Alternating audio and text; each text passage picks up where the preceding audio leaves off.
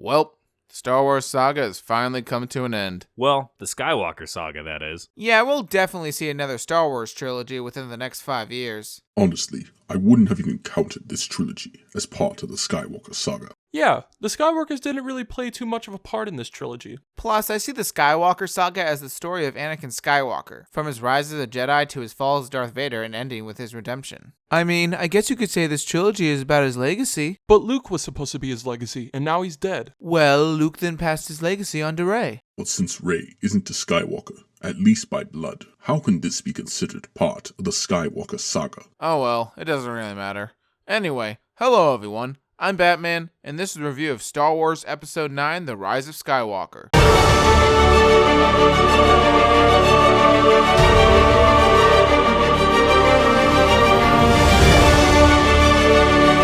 Well, that was a mess. Yeah, that was quite disappointing. I'm not usually one to complain, but yeah, that was not very good. Really? I don't think it was that bad. I mean, it wasn't terrible, just not good. Come on, it had some good action and some legitimately funny moments. Sure, but the movie just never really gives you a chance to breathe. Yeah, the whole movie is just the characters jumping from one place to another without any real direction. Plus, it feels like the story completely diverted from what the first two movies were leading up to. Yeah, like with bringing Palpatine back, that was definitely not their plan from the beginning. Bringing back Palpatine in the first place was pretty stupid, but the way they did it made it even stupider. Yeah, they just told us in the opening text crawl without any build-up. Well, actually, there was a scene revealed on Fortnite that showed Palpatine's return.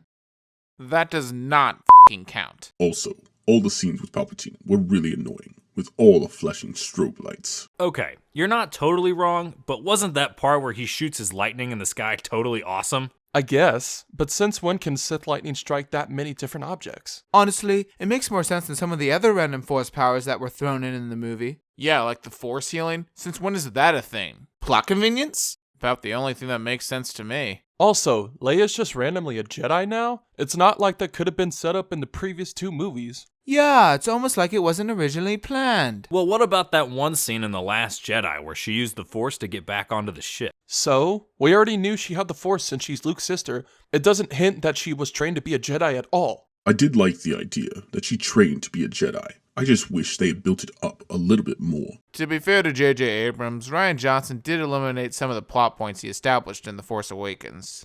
Yeah, good point. He killed Snoke and revealed Rey's parents to be nobody.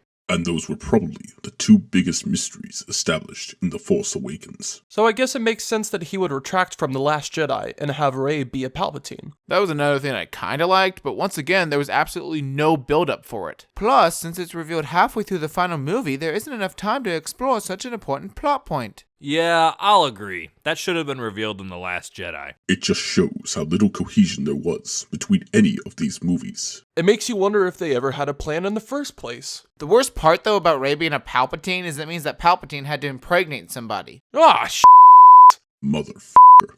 Now the visions are in my head. Plus, it more than likely happened after his face got screwed up in Revenge of the Sith. Ugh, stop it. You're gonna make me sick. Let's change topic. Yeah, good idea.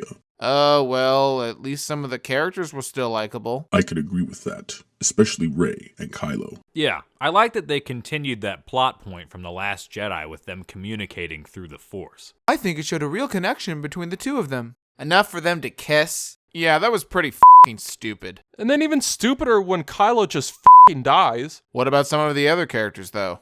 Honestly, I feel like a lot of the other characters were put on the back burner in this movie. Yeah, especially Finn. I really liked him, but in this movie, he barely did anything. I agree. They should have turned him into a Jedi by this movie. I feel like Poe was kind of wasted as well. I agree. I feel like they just tried to turn him into Han Solo 2.0 in this movie. General Hux was another character that was totally wasted. Yeah, plus, the way he revealed himself as a spy was totally stupid. He was just like, I'm the spy. It was one of those moments that was so bad it was funny. And then they just kill him off, which makes the whole spy thing kind of pointless. C-3PO was a really fun character, though. I definitely agree with that. He was very funny. He honestly got quite a few laughs out of me.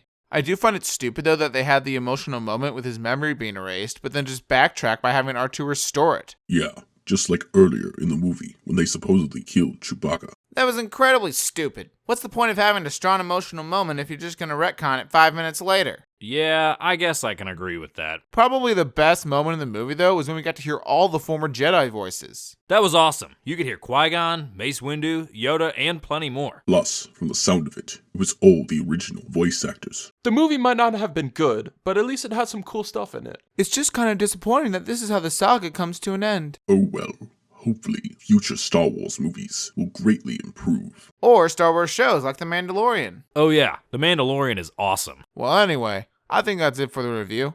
We'll see you guys next time when we review Black Widow. I'm looking forward to that. It's about time she got her own movie.